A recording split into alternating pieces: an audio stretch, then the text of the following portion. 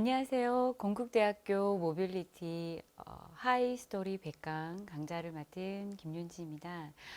오늘 제가 하는 주제는 모빌리티로 본 춤과 도구의 이야기 그 세 번째 부분입니다. 오늘의 그 도구는 이제 북입니다. 북. 여러분들도 굉장히 친숙하고 항상 우리 가까이에서 여러 곳에서 볼 수 있는 북에 대한 얘기를 해볼까 합니다. 여기서 이제 부제목을 이렇게 좀 설정을 해봤는데요. 무고와 고무 사이, 무자, 춤추는 무자, 그리고 여기는 고자입니다. 그리고 이것이 거꾸로 된 고무의 그 사이라는 어떤 주제를 만들어 봤는데요. 이 인간이 북을 치는 어떤 이제 행위들은 여러 가지 어떤 목적이 있을 겁니다. 자기의 어떤 그 의사를 좀 더 강력하고 또는 심장의 어떤 박동처럼 전달하기 위한 모습으로서 북에 나타나고 있는데 어떻게 보면 이 북이라는 것은 우리 인간의 인류사와 같이 해왔다고 해도 과언이 아닐 거라고 생각을 합니다. 그러한 어떤 북의 춤이 가미된 춤의 어떤 종목으로서의 어떤 무고의 모습은 언제부터인지 살펴보고요. 그것을 토대로 궁중과 교방에서 울리는 무고, 그리고 얘네 둘의 관계, 그 관계의 이해로 오늘날 가장 핫한 아이돌이죠. 방탄의 상고무에 대한 얘기로 마무리를 해볼까 합니다. 한국에서 이제 그 북을 두드리는 이제 행위를 북춤이라고 말을 할 수는 없어요. 사실은 북춤이다라고 우리가 지금 기존에 알고 있는 작품으로서의 어떤 이해를 하기는 사실은 쉽지가 않아요. 하지만 분명히 북을 두드리면서 연희를 하고 가무학을 했던 일들은 지금 여기가 이제 고려에 어떤 해당이 되는데 사실 고려 이전에 나타났다고 저는 생각합니다. 결국은 북을 두드리는 어떤 이제 행위들에 대한 이제 모습들이 고조선 시대의 부여 그리고 축제의 어떤 양식이라고 할 수 있는 여러분들 많이 들으셨죠? 역사 시간에 부여의 영공, 동맹, 무천 뭐 이런 어떤 이제 그 종합적인 어떤 형태로 나타났는데 그 영고는 이 영자는 한영한다. 그리고 북고자를 씁니다. 그래서 한영하는 어떤 그래서 여러 많은 사람들이 함께 어울려 연희를 했던 이제 기록들이 발견이 되는 모습이고요. 이것이 조금 더 작품으로서 본격화된 시기는 여기 고려사에 나오는 악지입니다. 여기에 이제 이 악지의 어떤 일부분에 대한 내용을 갖고 왔는데 악지라는 것은 이제 가요, 이제 그다음에 악기 그리고 노래, 춤에 대한 어떤 기록들이 그나마 체계적으로 담겨져 있어요. 그래서 이 악지 안에서 이 무고를 찾아냈습니다. 이 무고를 찾아보면은 이 무고의 형식이 해금, 가금, 비파와 같은 악기에 포함되어 있었어요. 이 무고라는. 근데 또 다른 챕터에서 같은 책 안에서 다른 페이지 안에서는 이 무고가 작품의 이름으로 들어가 있습니다. 결국은 고려 시대부터 이 북춤이 악기로도 들어가 있고 이 북을 두드리는 이 행위 자체를 작품으로 이해를 해서 작품명을 지어서 무고라는 형식으로 들어가 있습니다. 제가 조금 더 집중적으로 눈여겨보고 있는 부분은 어느 부분이냐면 특히 이 작품명입니다. 작품명에 소각이라는 명칭 안에 이 무고가 들어가 있는데요. 이 속자는 향토, 지역, 그리고 민속의 속자입니다. 결국은 이 무고가 우리나라의 무용이었다라는 거예요. 고려를 기점으로 중국의 어떤 이제 당학이라든지 춤에 대한 영역들이 막 들어오게 돼 있습니다. 하지만 이 무고는 소각, 이 악지에서도 분류를 우리의 것이라고도 할 만큼 우리나라에서 주체적으로 만들었던 춤이 아닐까라는 생각을 해봅니다. 이러한 어떤 이제 악기로서의 무고와 작품으로서의 어떤 무고가 나타나고 이 악기로서의 어떤 무고가 왜 이 안에 들어갔을까 고민을 이제 해보면은 이 한자로 춤추는 북입니다. 결국은 이거는 북의 관점으로 볼 수도 있는 거죠. 그러다 보니까 연이라든지 또는 어떤 다른 음악 활동을 할 때 쓰이는 마치 역동적인 어떤 그 모습을 보이는 어떤 그 북을 악기로 포함시키지 않았을까라는 생각을 해봅니다.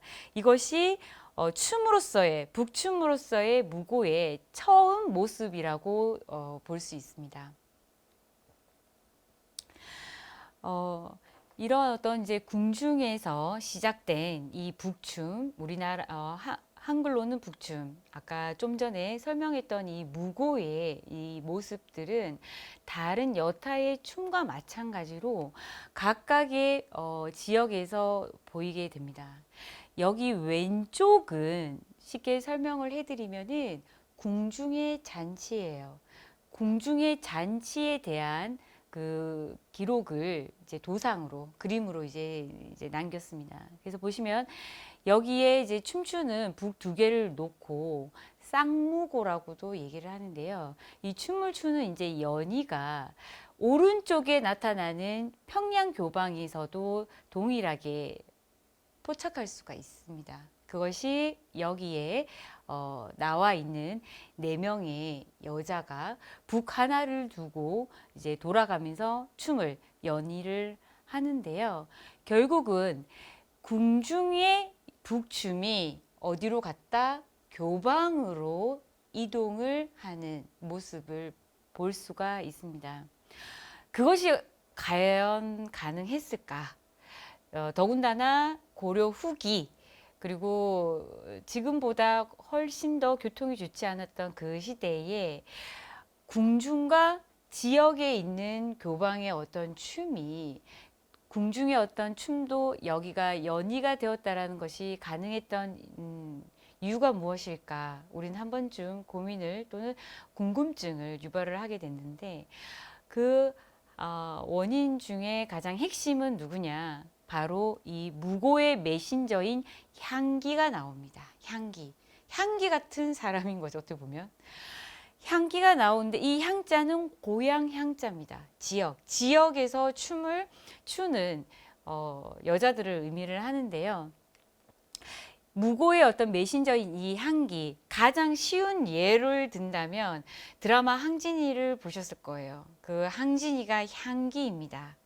지방에서 그 지방 교방에 소속되어서 시를 배우고 그림을 그리고 춤을 배웠던 이 항진이가 그 향수 기생이라고 하는 그 테스트를 받게 됩니다. 지역에 있는 이 향기들이 테스트를 왜 받냐? 궁중에 가서 춤을 추기 위해서 테스트를 받습니다. 지금 엔터테인먼트나 뭐 기획사에서 스타들을 발굴하는 거와 마찬가지로 각 지역의 교방에 들어가 있는 이 향기들은 테스트를 통해서 가장 잘하는 그 사람만 모읍니다. 왜? 궁중의 행사를 하기 위해서. 그렇게 하다 보니까 이 향기들이 마치 각 팔도에 있는 최고의 향기, 거기 드라마에서는 항진이가 뽑혀서 올라갑니다. 올라가서 각 지역별로 대표적인 최고의 연희들, 예술가들을 만나면서 같이 동작을 익히고 춤을 배우고 예술에 대해서 생각을 했겠죠. 그러다 보니까 내가 알고 있는 춤보다 제가 하는 춤이 좀 더 예쁘고 세련되고 나에게 뭔가 모르는 배워볼 만한 어떤 요소가 나타난다. 어떻게 합니까? 수용을 하게 되죠. 그렇게 어떤 지역적으로 모인 향기들은 이 궁중의 행사를 위해서 다 같이 합숙 훈련을 통해서 수용과 변용의 어떤 그 영역이 구축이 되는 겁니다. 그렇게 하고 다시 향기들은 자기의 소속돼 있는 지역 교방으로 내려옵니다. 그러면 친구들이 많이 있겠죠. 친구들한테 야, 나 뭐 지금 말하면 서울에 가서 이런 춤을 배웠는데 이런 춤 어때? 라고 하면서 서로 교감, 수용, 변형을 하면서 그 각 지역의 지역적 특색으로 발현될 수 있는 어떤 양적 편찬을 하게 되죠. 제가 이제 마지막에 말씀을 드리고 싶었지만 결국은 우리의 그 한국 춤, 우리의 춤은 이러한 어떤 수용과 변형의 어떤 그 사회적인 문화, 배경, 역사들로 인해서 하나의 춤이 5개, 5개가 10개, 기하급수적으로 늘어나는 양적 팽창과 질적 성장을 하는 조금 그 좋은 의미를 지녔습니다. 네. 자, 이렇게 하다 보니까 이제 무고의 어떤 메신저가 그래서 저는 이제 향기이지 않을까. 왜냐, 이 향기는 아까 말씀드린 것처럼 굉장히 전문적이고 최고의 무용수 또는 예술가입니다. 그런 사람들이 어떤 외부적인 어떤 수용을 받았을 때 그거는 자기 스스로 그것을 독립화하고 전문화할 수 있는 사람이기 때문에 오늘날의 어떤 많은 작품들을 만들어낼 수 있죠. 그래서 이제 뭐 사회적인 어떤 이미지 통념 속에서는 이렇게 지역에 있는 어떤 향기의 어떤 이미지가 사실은 좋지는 않습니다.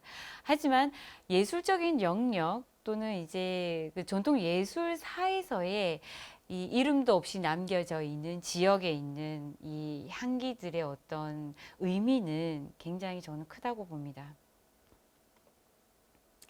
자, 그렇다면 이렇게 무고와 고무의 관계가 무엇이냐? 어떻게 되었길래 동시대적인데 궁중에서는 무고로 이제 사용이 되었고 결국은 지역의 지역으로 갔을 때는 이 명칭이 거꾸로 이렇게 사용되었느냐? 이제 그 부분을 좀 살펴보면은 이제 여기가 궁중에서 이제 연이됐던 이제 쉽게 이제 설명을 드리면 잔치의 모습이라고 말씀을 드렸잖아요. 이제 이 모습들이 지역의 교방 가요입니다. 교방 가요에 여기 나와 있는 고무라고 돼 있죠. 이 고무의 이제 형식들이 기록이 나와 있어요. 이것이 지방 교방의 모습들을 집대성한 책입니다. 그리고 춤의 이제 앞부분의 목차를 보면은 여기도 고무라고 돼 있습니다. 춤의 어떤 형태, 그 다음에 춤의 어떤 목적, 네, 스타일이 굉장히 비슷한데 어떤 곳에서는 무고, 어떤 곳에서는 이제 고무라고 했던 이제 이유에 대해서 이렇게 조금 살펴보면은 이 책을 만들으라고 지령을 내렸던 정현석이라는 진주 그 고위 간부죠. 부사가 명기를 제대로 써라라고 지령을 내려요. 그러다 보니까 무고는 춤추는 북이에요.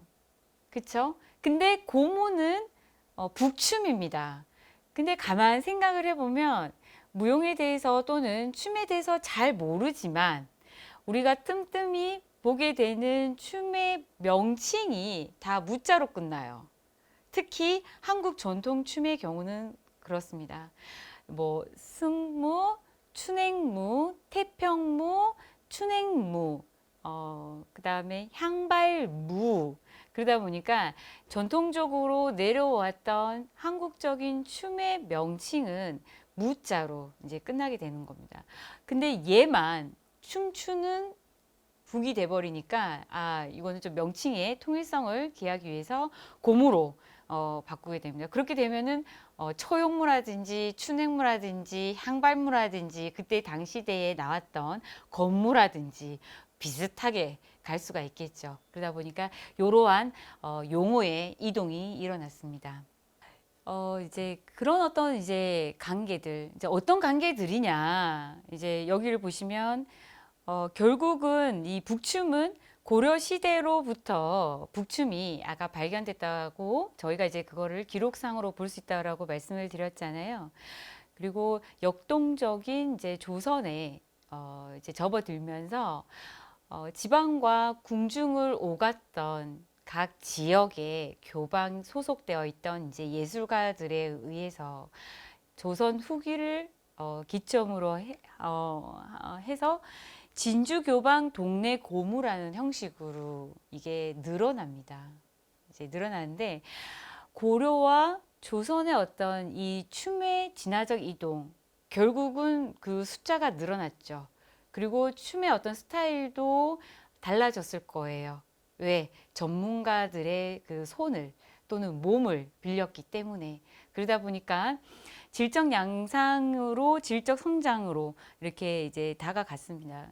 그래서 결국은 북춤이라는 영역, 북을 갖고 두드리는 어떤 이 행위들은 조선을 기점으로 질적 성장과 양적 평창, 그리고 그것이 지방 이제 향제로 이동이 가게 되고, 그런 어떤 이제 모습을 보면서 앞으로 우리가 이러한 어떤 북춤에 대한 부분 또는 우리가 내려왔던 우리 예술에 대한 부분들을 지역으로 이미 이제 다 굉장히 뭐 교통도 편하고 통신도 발달됐기 때문에 그러한 이동의 수단으로는 좀 뭔가 부족합니다. 앞으로는 이러한 이제 그 춤 문화의 소재들, 모티브들을 어떻게 우리가 더 발전시킬 것인가. 자, 그것은 글로벌화, 디지털화, 콘텐츠화로 더욱더 더 넓게, 더 빨리, 더 우수하게 그것을 만들어서 펼칠 때 사실 우리의 옛 북춤과 그리고 고려의 북춤과 조선의 북춤은 그 명백을 이어가고 있다고 볼 수 있죠. 그런 의미에서 가장 이러한 영역들로 펼쳐져서 성공을 거둔 사례가 저는 방탄의 삼고무라고 생각을 합니다. 네, 잘 보셨죠. 저희가 또는 이제 춤을 이제 연구하고 춤을 추는 사람이 많은 활동을 했지만 이렇게 그 방탄이 한번 나와서 상고무와 함께 융합적인 어떤 그 퍼포먼스를 했을 때 이 삼고무는 더 이름을 널리 알렸습니다. 근데 이름을 또 너무 널리 알리다 보니 이 삼고무가 여러 가지 어떤 사회적인 어떤 문제, 이 저작권의 문제에 만나게 됐죠. 제가 이제 그 오늘 그 북을 그 통한 도구의 춤에서 자꾸 무고와 고무의 얘기를 했습니다. 그리고 그 이름에 파생되었던 삼고무에 대한 얘기를 이제 말씀을 드렸는데요. 그렇다면 여러분들은 이 방탄이 보셨던 이 삼고무 앞부분에 이 춤의 그 부분이 창작인지 전통인지 그 중심에 저작권의 어떤 문제가 걸려져 있습니다. 그러다 보니 이거와 관련돼 있는 그 사회들은 각각 요동을 쳤고 혼돈과 혼선의 어떤 목소리를 높이게 되었습니다. 이제 여러분들의 의견이 저는 사실 궁금합니다. 이 영상이 유튜브로 올라갔을 때 거기에 댓글로 자신들의 의견, 이 방탄이 춘 삼고무에 관련돼 있는 것들이 창작인지 전통인지에 대한 이야기를 조금 더 제시를 해 주신다면은 그 공간 안에서 우리들은 담론의 장 아주 건전하고 그리고 그 대중들이 생각할 수 있는 전통 춤을 바라보는 모습들을 직접적으로 제가 알 수 있을 것 같습니다. 그래서 이 영상 보시고 나서 꼭 댓글로 자신의 의견을 남겨주시면 감사하겠습니다. 네, 이상입니다.